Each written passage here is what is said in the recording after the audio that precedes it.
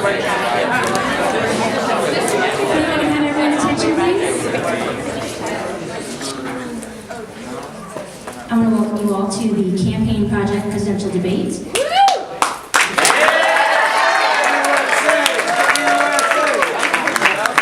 I want to thank the faculty who are here today to support you guys. So you should give them a round of applause for giving us a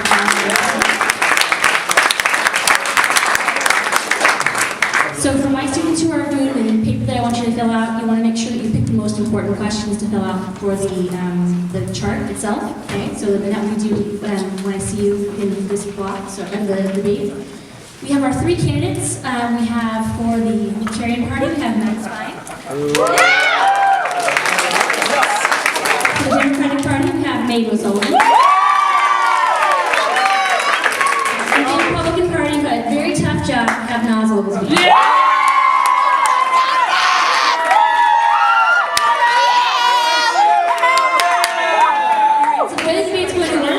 We have our press corps, news organizations from ABC News, CNN, and Fox News.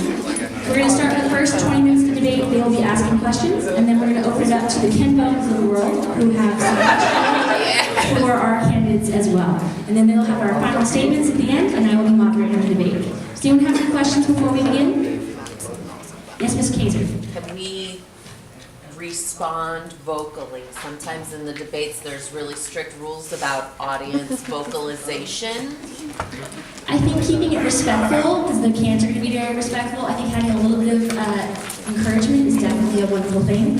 We also don't want to overwhelm the filming, so while the candidates are talking, we don't want to do that necessarily while they're talking, but maybe when they conclude, we can give them some encouragement. Any other questions? Good question, Ms. Casey. Yes, ma'am.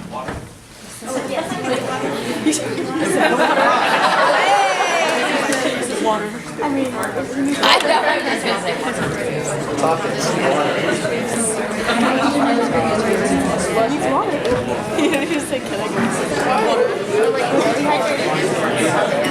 Alright, so again, welcome for the Campaign Project Pride the Vote 2016 presidential debates. Good luck to the candidates. Thank you. So I think our first question. So I'm Carmen, I'm from Fox News, and my first question is an open floor question towards anyone, and it's, why did you choose to run for president?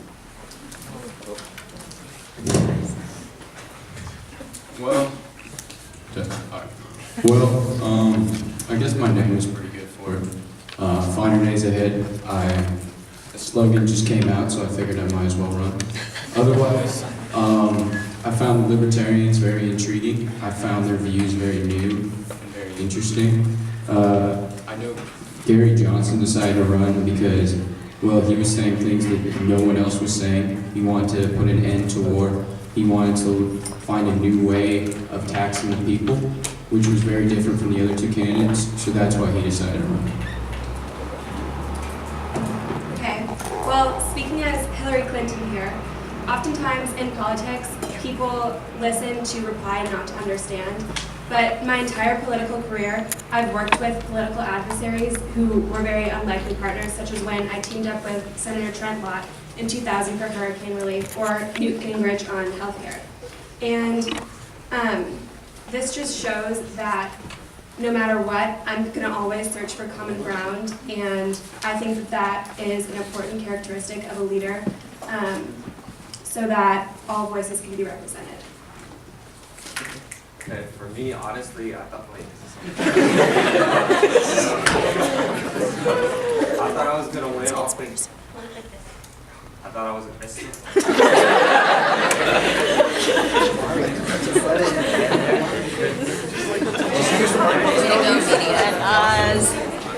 Don't use it. Just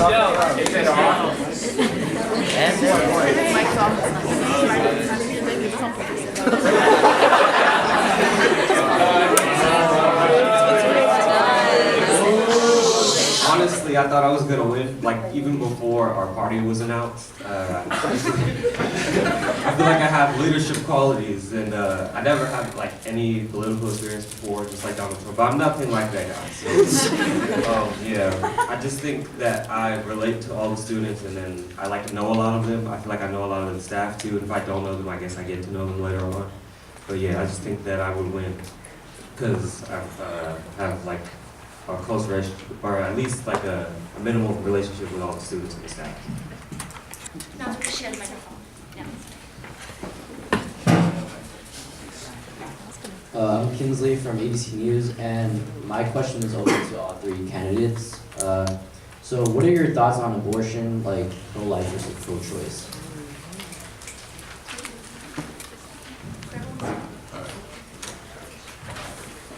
Well, as a libertarian, we are pro-choice.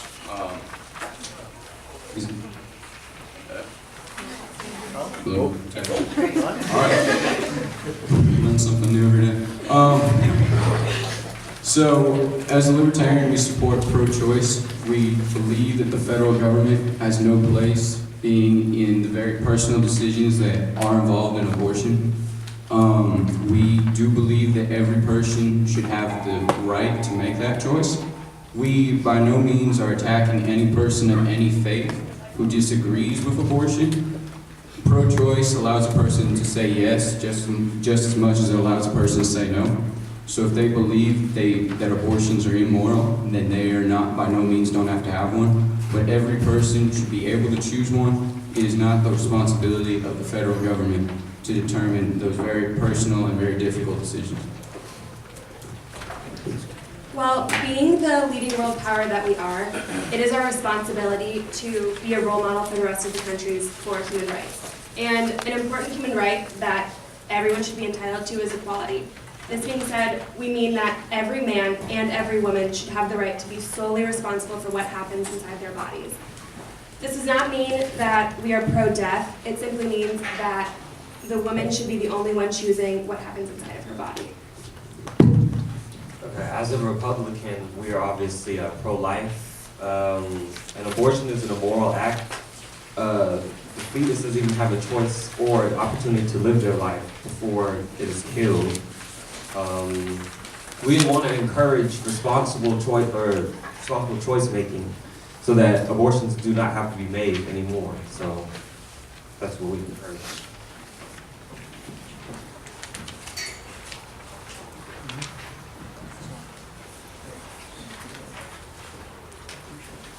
All right, I'm from CNN, and my question is about immigration. So, what are your beliefs on immigration?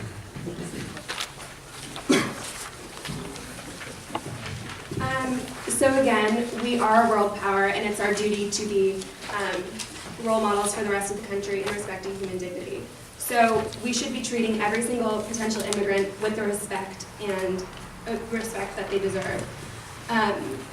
We are a nation built off of immigrants, and they have had economic and social benefits to our country, and the diversity that they've provided us with have gotten America to where it is today. And regardless of immigration background, every single person that enters American soil should have access to healthcare and a quality education.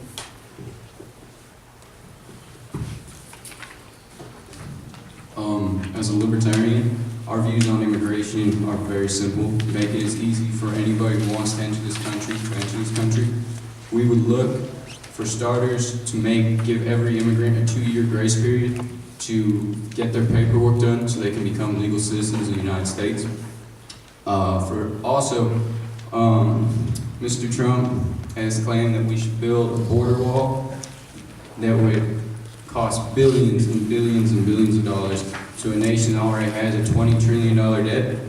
Simply put, a bigger wall just creates bigger ladders and deeper tunnels and separates the divide when we should be working to make Mexico and the United States work better together for a better world as a whole. Just in general, we have to make it simpler for anybody who is looking for a better life, for more freedom to enter the United States. And that would be my policy, or Gary Johnson's policy. So this might be the only time I agree with one of the candidates. I think that building a wall it's idiotic. It's going to waste a lot of money, and like I said, it's going to create bigger holes and larger tunnels. All we ask is that they come legally, and we want to encourage them to get their paperwork done so that they do become citizens, because this nation is built by immigrants. So that's all we ask.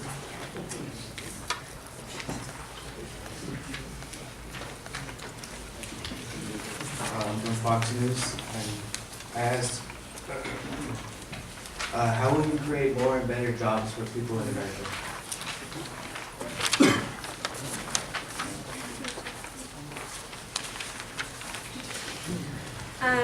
So we're going to start from the bottom up and first of all ensure that every single American has opportunity to a quality education. I'm going to do this by working with the Federal Reserve to decrease student loan debt and make a college education more accessible. In doing so, we will make Americans more capable of taking on global tasks such as climate change, and we will be restructuring our infrastructure and investing in new greener technologies, which will also create jobs. And I'm also going to be implementing my Make It in America plan, which is going to make manufacturing in the United States more competitive and innovative. Because what we need is an economy that works for everyone, not just a few at the top. So I'm going to raise the minimum wage so that hard work is rewarded, which will also close the wage gap because 2/3 of minimum wage workers are female.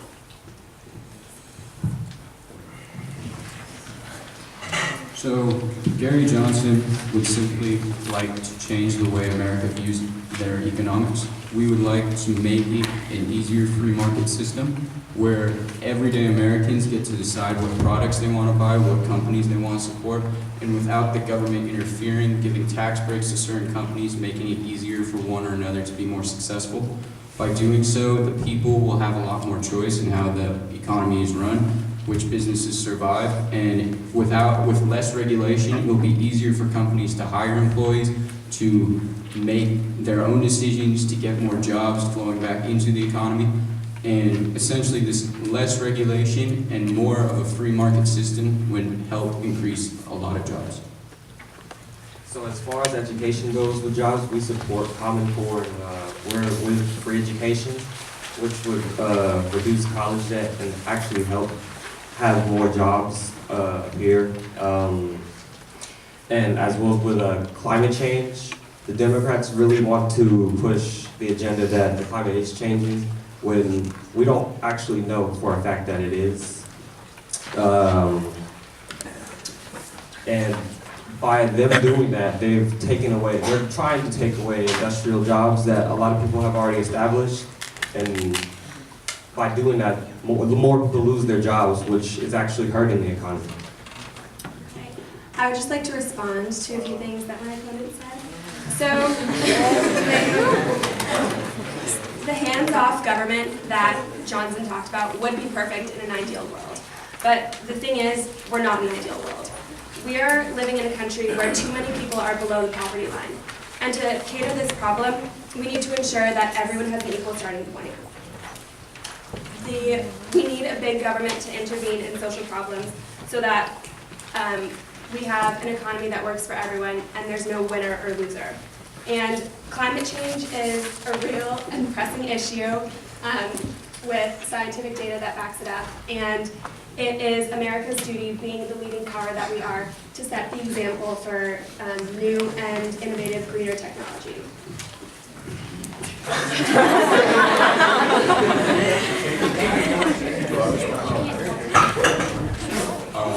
I'll respond to Mrs. Sullivan. You're absolutely correct in saying that people should have an equal starting point and the government should not pick winners and losers. And that is impossible with the federal government involved in businesses. The federal government picks who they want to give tax breaks to based on lobbyists, and that they simply choose winners and losers. Because the federal government is so involved in business, it takes away the opportunity for everyone to have an equal starting point. The federal government is the only equalizing force that we have. Because it is responsible for collecting taxes, those funds are the only funds available to create an equalizing force so that people below the poverty line have social mobility to move up.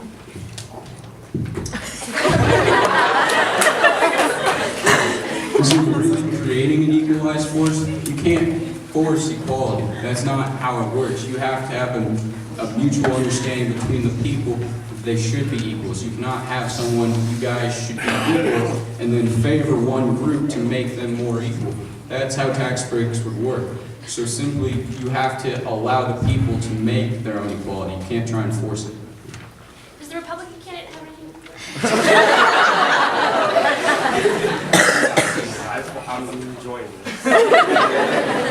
I'm not talking about tax breaks. In fact, I plan on implementing a fair share surcharge on the upper 1% of the every 2 out of 10,000 taxpayers who make more than $5 billion per year.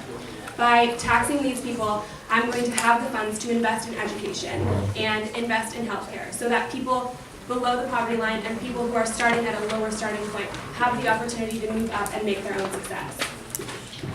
How is it equality if you're taxing the top 1% and 2% more than you're taxing everyone else? That's not equal. Because right now in America, the upper 1% have been manipulating tax loopholes, and the middle class who are hardworking and are working to support their families are paying taxes at a higher rate than the upper 1%. Exactly. That is why Governor Johnson wants to take away the income tax, to take away all these loopholes, to give equality to all people.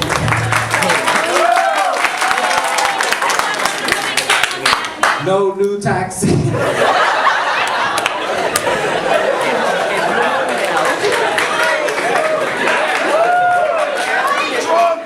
As a Republican, I see that everybody has an equal start. It's dependent on your choices that you make while you're young so that you can have a better future when you become older.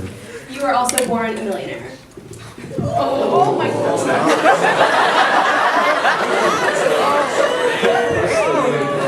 I'm a billionaire. That's Donald Trump. I didn't start off with a small loan of $1 billion. Pass for another question. Time for another question.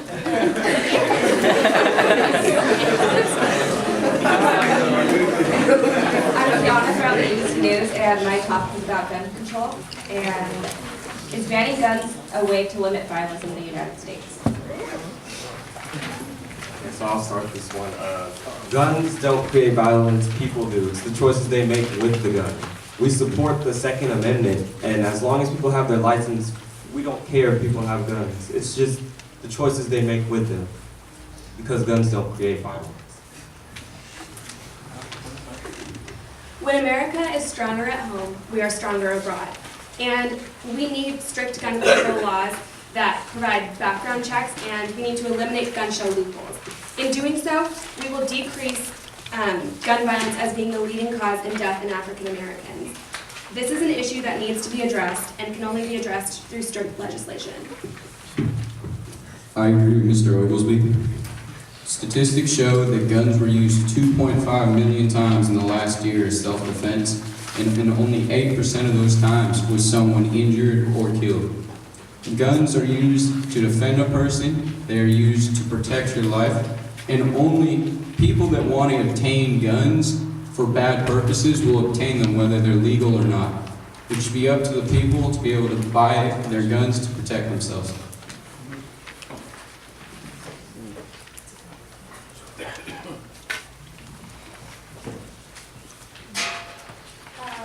So I'm Carmen again from Fox News, and my question is open floor for any of you. How will the possession of nuclear weapons help the United States in the future endeavors?